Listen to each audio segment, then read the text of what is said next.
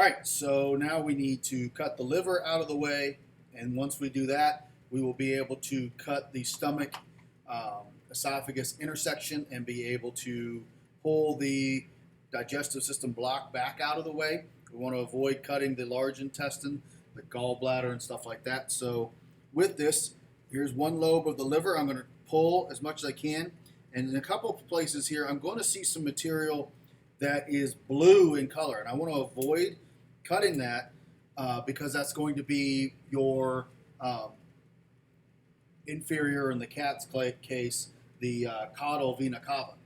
So you don't want to cut that. They'll be taking that back. So there's a section of liver, okay, and you can see that it's got blue in it because the venous blood has been injected with a blue dye. Okay, so again, normally you keep the sections of the liver until done with the dissection, just in case, but I'm going to move them off to the side and dispose of them.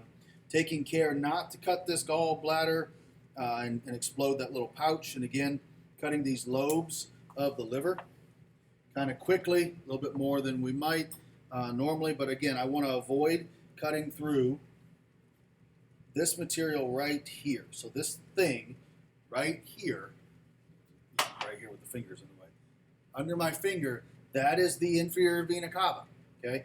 It goes into the liver. I don't want to cut that. So in order to see that properly, okay, I'm going to go ahead and cut my diaphragm muscle out of the way, okay? You get that out of the way, and then that way I can see where I can and can't cut the liver. So again, I can see that I can take large lobes at a time out of here, okay, for the liver to be able to, again, have the goal of exposing the stomach esophagus intersection and preserving that inferior vena cava for me to be able to study it here in a second and trace it when we get to the cardiovascular system. Again, you can see the lobes of the liver go all the way around here, okay, into the underside of the stomach, okay. And again, something where I might be able to find the stomach esophagus intersection here in a second, and then I'll be able to cut that, and that'll help me. So what I want to do is here with the stomach, I want to start pulling away in my stomach, find the stomach esophagus intersection, which is right here. So I'm going to cut that. Now when I cut that, I know that fluid's going to come out.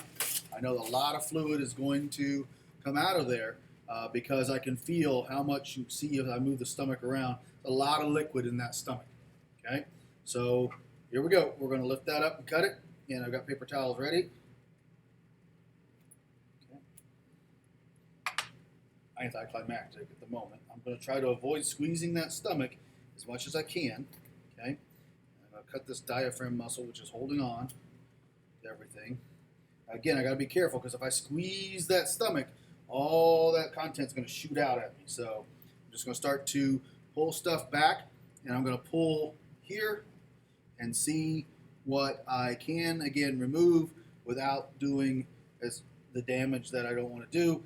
The stomach, large intestine, small intestine, all that is just connected with connected tissue all the way around, okay, to everything. And you can see the red strings. Those are capillaries, okay, carrying oxygenated blood.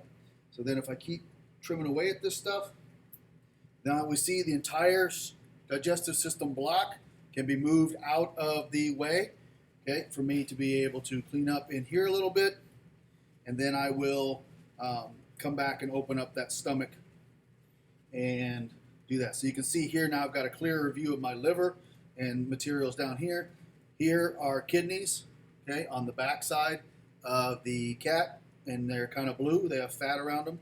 This, again, being a female cat, you have the fallopian tubes here, okay, part of the reproductive system. So let's pull the stomach back over here and go ahead and open it up and have all that fluid dump out. So you can see here, here's my, okay, you see how I can open and close that? That's the cardiac sphincter, okay? So I cut that right at the cardiac sphincter. So I'm going to go ahead and cut open the stomach, and we will see, I doubt, based on the feeling, it's much more than just fluids. And there's all those stomach juices. Nice. Oh, there's some solid material in there. Okay, not too much.